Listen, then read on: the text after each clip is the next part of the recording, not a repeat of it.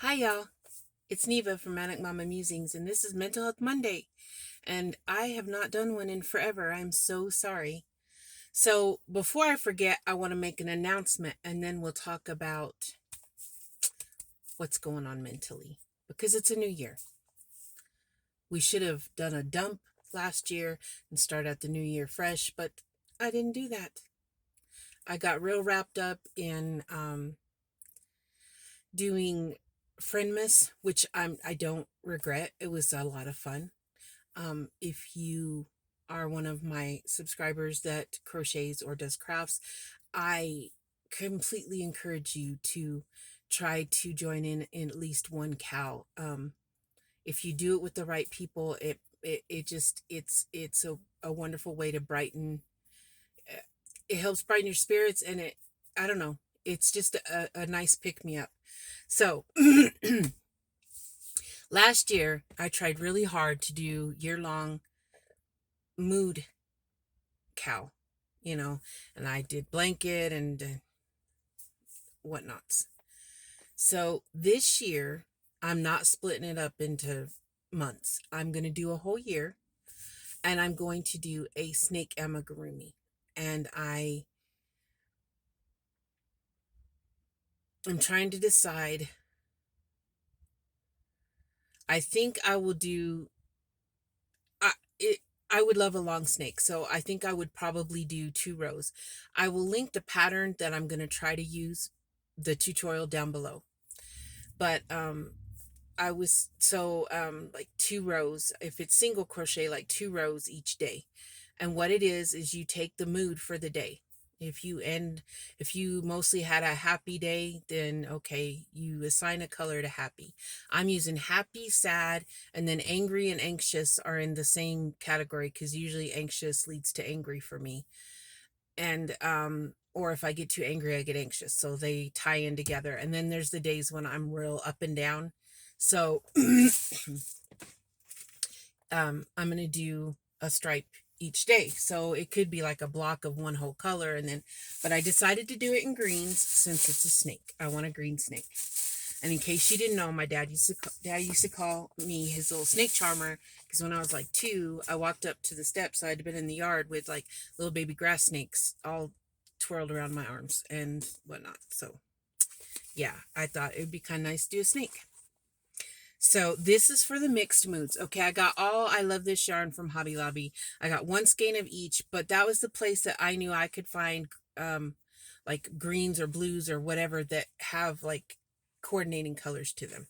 So this first one is for my mixed mood, and I got dappled wheat. I don't know if it's really going to show up true to color, but it's some different greens. It's got a little bit of blue in it, but it's very pretty. Okay. I don't think it's supposed to be a print pattern.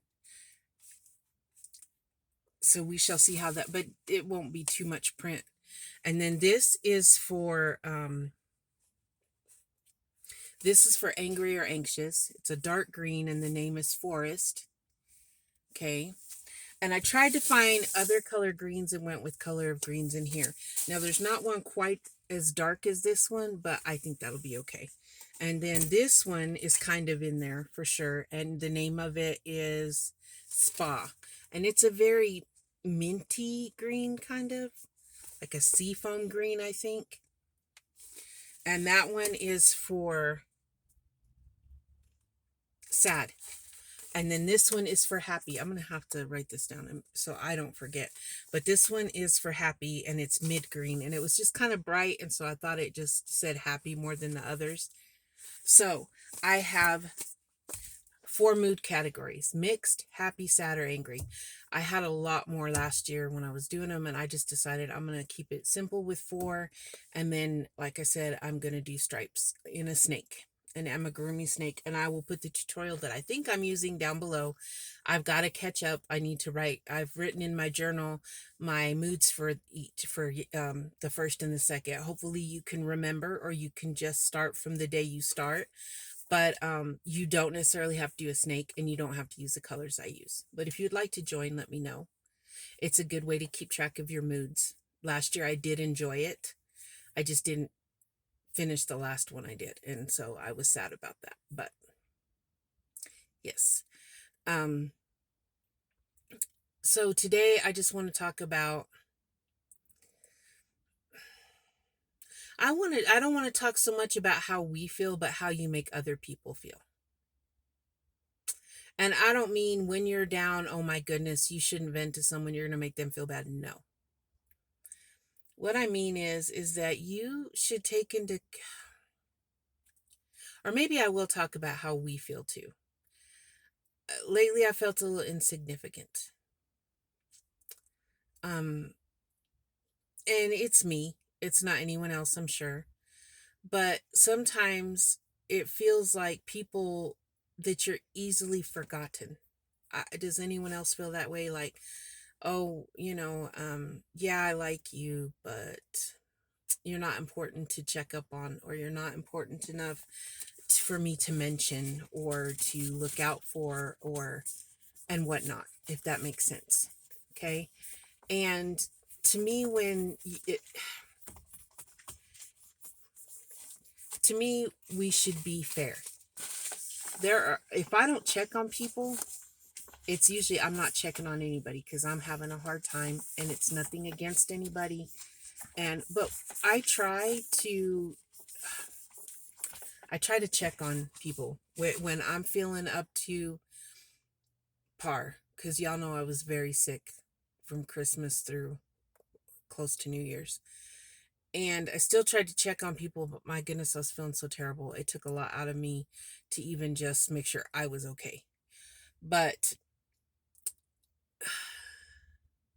I had to remind myself today that the way people treat me does not mean that I need to treat other people that way. And that maybe when I feel unappreciated or whatever, that I need to be even more mindful that I show people that they're appreciated. And I meant to tell you, I'm in the van because LJ's sleeping and he snores. The dogs will be barking if I'm out in the living room. And those are the only two places in the house I can go. And so, yeah, it's the van. But that's okay because I kind of like the van talk. Maybe I'll start doing my mental health Mondays always in the van. It works out. I've got a tripod on the dash and everything. But yeah, LJ never makes me feel insignificant. In fact, I feel like I'm the most important person in his life. And now I've never had that in my life. I've never, ever. I never felt like anybody's number one. Even my kids, and I'm not spiteful about this. There's a reasons for it, but my kids, my mom was above me. And there's a very good reason for that. And I was actually okay with that, but always feeling like, or never feeling like someone's number one. It's not the worst thing in the world. To know people care is great, but if you've never had that, I'm sorry, because I never had it. And now that I have it, like, LJ makes me feel wonderful every day. And not by any great thing that he does. I just know that I'm his favorite person and that he loves me, and that's enough. But I still get discouraged when I feel like I still feel insignificant sometimes, not to him, but in the big scheme of things. And I know we actually all are. Like, when it comes down to it, we're just little bitty minnows in a big old ocean. And so, but you know what? Everybody has meaning. Everybody has meaning, and it doesn't matter if you live in a rundown shack or you live in a huge mansion, or if you have 20,000 subscribers or 800 subscribers. We should all be trying to help each other out. Like, I try to shout out I don't even have 1,000, but I do try to give shout outs to my friends that have smaller channels to get them recognized. And I feel like more people should do that. That's just me. But that part is my opinion. But I want to make someone feel special. And if, I don't know, I just feel good if I know I made somebody feel special. as far as getting to 1,000, I've decided that it doesn't really matter to me if I get to 1,000. I used to think, oh, I can go live, but I know how to go live now without that. And I honestly don't care if I'm ever monetized. There's just the more subscribers you get, the more perks you get, and the more recommendations you get. But you know what? I've made so many friends here and whatnot at just my 800 and something that if I never get any more subscribers, I'm okay. I seriously am. I have come to that conclusion that I would rather be able to stay in contact with the people that I have on my channel and that, and had, than I would want to become too big and lose that personal connection. I mean, and I respect everybody. Everybody's channel is different in the way they want to run it and what they want out of it. And that's because that's their channel and that's wonderful. I have truly found friends here in a community. And when I talk about mental health, it's not because I want recognition for it, not because, for one, it's good therapy for me. Because sometimes I get to talking and realize I was feeling something. I mean, it'll just come out. And other times it's because we need to talk more freely about it so that it's not so intimidating to people and so people aren't so afraid of finding out that someone is diagnosed with a mental illness, because that is a real thing. You mentioned schizophrenia and tell me that not a lot of people fear is struck into them. Even bipolar, when I first was told I was bipolar, the only bipolar people I had contact with were scary to me. And then what people talked about, and made it seem like that. And I was like, I'm not that person. Well, there's different degrees. Everybody's different. They're not all the same. It's not that way. And I think that we should let people know that. So that's why I do mental health. And for my channel,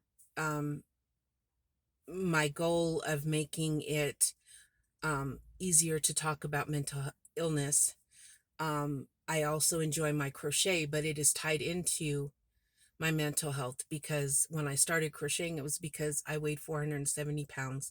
I could barely move. I did not get out of the house much. I felt very worthless and I felt like a horrible human being. And crocheting was a way that was something I could do physically still. And I found happiness and pride in that. I also I feel like I want to bring content that you guys will enjoy, talking about my crocheting, and now a lot of you are happy to join me on my ancestry journey, which I was going to do today, but we were very busy, and so tomorrow I think I will do what I got to do with the DNA stuff. And I may read the directions tonight on my Finding Neva video. But anyway, and then I tomorrow I'll have LJ film the process. We'll film the process of even me sending it off in the mail, so you guys can join me on that. But I did 2022, I said adventure, new, and love were my 3 words. And love is the one that honestly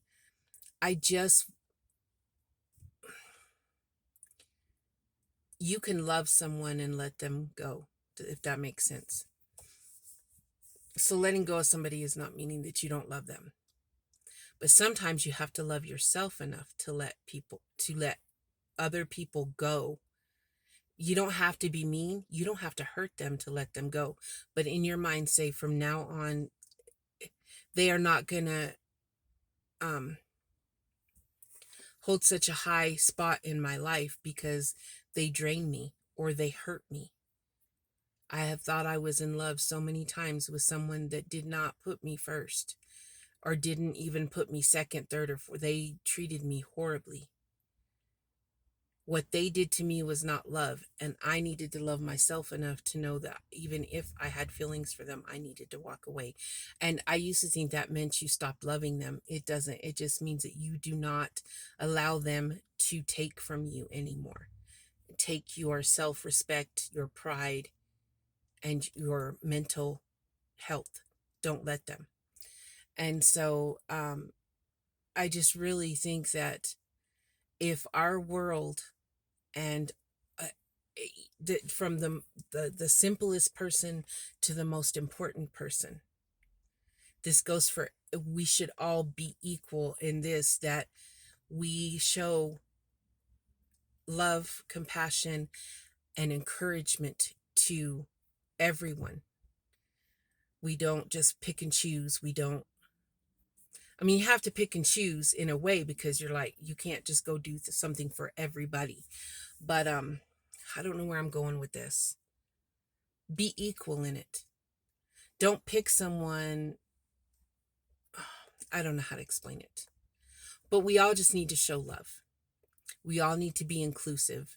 Um, there's too many things in our country today that are separating us, and I truly believe that that made 2020 way worse and 2021 way worse, because we were separated. We could not just love each other for our differences as well as what we had in common.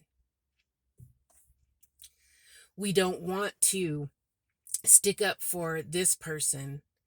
We want to brag on somebody that it can get us recognized. um we don't think of the little guy. We start thinking about the big fish in the pond, and how they can help us, or how it makes us look if we're friends with them, or if we're doing something with them, or um that's high school mentality right there, is what I'm talking about. I mean, we grow up feeling that way, is that, oh, if I'm friends with the popular girl in school, then that makes me somebody. What it doesn't, though. It, you are you, no matter who you are friends with. And to me, a greater person is someone who is friends with I always friended the outcasts. Unfortunately, it was usually the people, that the new kids that didn't fit in right at first, and then by the next year they fit in and I was left behind. That's just the story of my life. But that's okay. I don't regret friending people that needed friends at the time. And you shouldn't, I don't think you ever will. It may take growing up to realize that you don't regret it, but because when I was a kid I was like, that's nice, I got forgotten again. But as an adult, I don't regret that. Those people needed a friend at that time, and I had people come into my life that friended me when I needed it. So, what goes around comes around. And I just told somebody yesterday, she was so excited about some things that happened. And I said, that's good karma coming back to you. And I do believe in good karma, as in, you put good into the world and it may not come back right away, and things may go bad sometimes, but good is going to come back to you, even if it's just a feeling of, I feel good that I did that. I'm glad I did that. Um, when I donate the hats and stuff, I don't ever see anyone wearing them. I don't ever let them know who made them. I just put them in the basket. And just to know that maybe somebody, like that night that it was 10 degrees, might be a little bit warmer because I left a hat somewhere, made me feel good. It had nothing to do with recognition. It had nothing to do with even seeing someone wearing my hat. It was just knowing that I put it there and someone took it, and they might be a little warmer that night because it was super cold. So, yes. I'm not really sure what this video was about. Maybe it was more for me, but I know some people, I know a lot of people are feeling that it happens after the holidays. Like, there's the big hype up to there's Thanksgiving, and then there's Christmas, and, most people get excited about Christmas. I just like the feeling of that season, and I didn't get Christmas season feelings. I haven't since my mom died. This year, a little more than I have since my mom passed. But then there's New Year's, and there's that big hope for, oh, next year's going to be wonderful. Really, it's just another day, but you're just starting over as far as numbers go. But it's just another day in our life, and we need to realize that it's not going to, kind of like going from 20 20 to 2021, we all knew it wasn't just all going to be better. Switching presidents, switching towns, switching friends, switching jobs, none of that. It, it makes a change, but none of that is going to change our day to day. Does that make sense? I mean, yeah, okay, changing presidents will change some stuff, but the next day after the inauguration, is there some huge change? No. The day after uh, a birthday, you're just a year older in numbers, but you're still the same person you were the day before you turned that number. Do you know what I mean? Um, and so I think the anticipation and whatnot is is we anticipate something so much bigger, and maybe, yes, you should look forward to each day, find something to look forward to, but quit anticipating this huge change after holidays or during holidays. I think that was what was bothering me after my mom died, because it used to be she was the one that made it fun, and then I realized that honestly the holiday season, people are not happy and loving like we're said to supposed to be. They're cranky and shoving people to buy things and driving crazy and cussing people out. And so I've quit expecting holiday season to be different in that way. And I just tell myself that I will put myself in the holiday spirit. And I did this year. I actually put up a tree, and it's going to stay up all year, and I'm just going to decorate however I want. So, and do you. If somebody thinks it's silly you're leaving a tree up all year long, well, that's their problem, not yours. If it makes you happy, fine. If you want Halloween decorations, which I do this, up all year round, leave your Halloween decorations up all year round. But also be compassionate. Like I'm telling you, it's a very good feeling when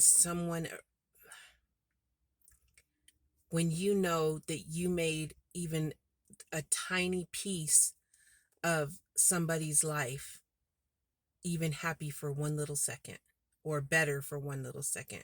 It's a very good feeling. And so I think I'm going to wind it up. I really don't know where I was going with that. I hope it made sense.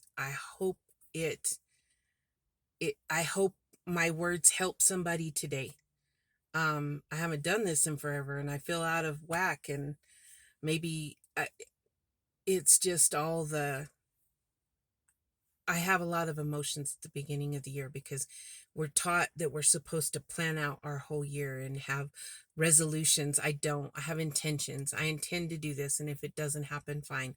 But I get all excited about the new year, even though I try not to, and I think, oh man, it's a new year, and I do want to be a better version of myself, but that, even if that means I only change one little thing about me, or not necessarily about me, but improve something, or do one extra act of kindness, then I've done something more than I did. And so that's what I need to focus on, and maybe that's what I'm trying to tell you, is to try to reach out. And it's nice to be kind to everybody, but it's nice to be kind to everybody. That's as far as I'm going to go with that. Well, anyway, the mood project, I was going to let you know, because I just heard from Lisa while I was chatting with you. Lisa with Coping with Yarn is going to join me, because as you know, she does Mental Health Mondays. She's going to do a mood project also, but she is going to do a hooded poncho.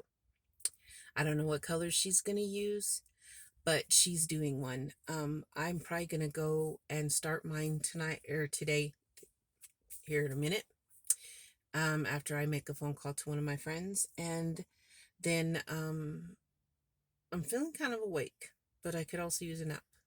I've had a busy morning. I've been up since early, and I had counseling, and now I've done my video. I have crocheted. That's all I've done, but it seems like a lot today, because I actually went to Hobby Lobby. I hate going into the stores, but I wanted my colors so I could start it, so you could kind of get the idea of what I'm doing. Yesterday was happy. Day before that was happy. And so that will be the start, will be 4 rows of happy color. of the color I'm using for happy. And then I don't know what today, because today I'm feeling kind of mixed. A little angry, can't lie. Anxious, angry. So who knows what today will end up being. I'll decide at the end of the day what my major mood was. And if it was, then it's the variegated one. So that's how it works, but I am going to crochet it up. You could also look up mood blankets, but if you know the idea of a temperature blanket, you'll get the idea of a mood blanket. At the end of the day, you sit and maybe write your feelings down and be like, okay, was today a happy day, sad day, angry, anxious day, or was it kind of mixed up? Because I'm bipolar, so some days it's way a big old roller coaster. So that's how I do it. I had a lot of different moods for the last one. I think that got too monotonous or too chaotic for me. So I'm sticking to that, and I'm going to do a color scheme, and maybe I can stick through a whole year of a snake. How cool would that be? I don't have a stuffed snake, so I'm excited. Okay. I love y'all, and please take care of yourself. It is okay to not be okay, and it is okay to ask for help.